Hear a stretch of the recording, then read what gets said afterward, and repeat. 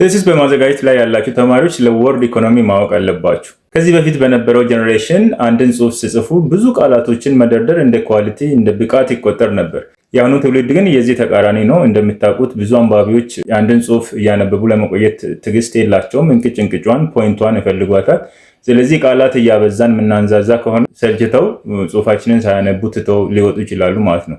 ለእኛም ቃላት መደርደር ምንም የሚጠቅመን ነገር የለም። ቦታ ነው የሚይዘው፣ ጊዜ ነው የሚፈጀው። እንደገና ደግሞ ፕሪንት የምናደርግ ከሆነ ወጪ ነው የሚጨምርብን።